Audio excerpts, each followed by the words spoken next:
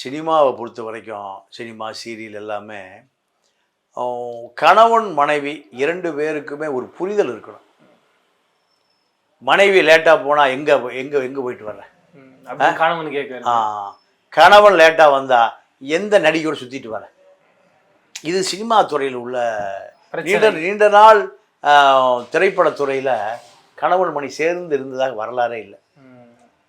மனைவியை கணவன் கண்டுகொள்ளக்கூடாது, கணவனை மனைவி கண்டுகொள்ளக்கூடாது. இதுதான் சினிமா துறையில் உள்ள பொது ஒப்பந்தம். 2 மணிக்கு ஷூட்டிங் இப்போ தாங்க முடியுது, அது என்ன ஷூட்டிங்லாம் கேட்கக்கூடாது. இப்போ தான் 2 மணிக்கு முடியுது. மனைவி வந்தாலும் கணவன் சேர்த்துக்கணும். கணவன் 3 மணிக்கு ஷூட்டிங் முடிவு வந்தாலும் என்ன ஷூட்டிங், ஏதோ ஒரு ஷூட்டிங்கு 3 மணிக்கு வந்துட்டியா. இதை நீங்கள் அழகாக செல்வமணி சொன்னார். எங்கள் 2 பேருக்கும் சண்டை வந்துருச்சு, பிரிஞ்சிடலாம். அப்போ முடிவு பண்ணிவிட்டு நான் போய் சேகர்கிட்ட போய் கேட்டேன், மறைந்த இயக்குனர் சேகர்.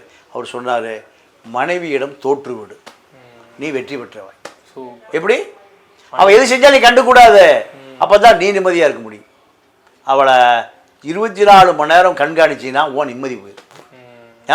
அப்போது இதை செல்வமணியே சொன்னபோது ரஜினி எந்திரிச்சு கை தட்டுறாரு.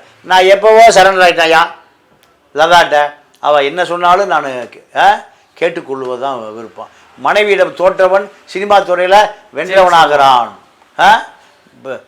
சொந்த வாழ்க்கையில் வென்றவன் சினிமா துறையில் தோற்றவனாகிறான். அப்போ இதுதான் பாவம். அந்த பெண்ணு அவசரப்பட்டு உயிரை விட்டுருக்க வேண்டிய அவசியம் இல்லை, பொறுமை காத்திருக்கலாம்.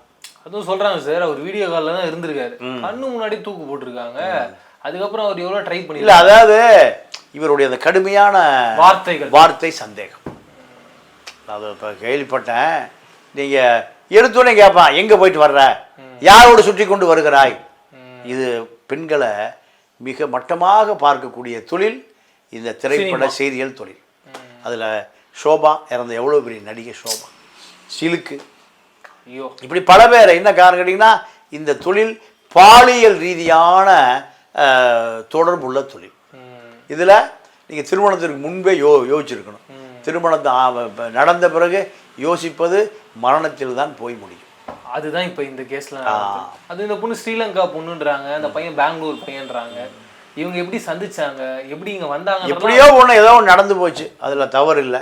ஆனால் இந்த திரைத்துறை என்பது ஒரு நீங்கள் சந்தேகத்துக்குரிய தொழில். எப்படி இருந்தாலும் அது பிரச்சனை வந்துடும். அப்போ மரணம் அடைவது தீர்வல்ல, பிடிக்கலையா டைவர்ஸ் வாங்கிட்டு போயிட்டே இருக்கு. முடிஞ்சிச்சு.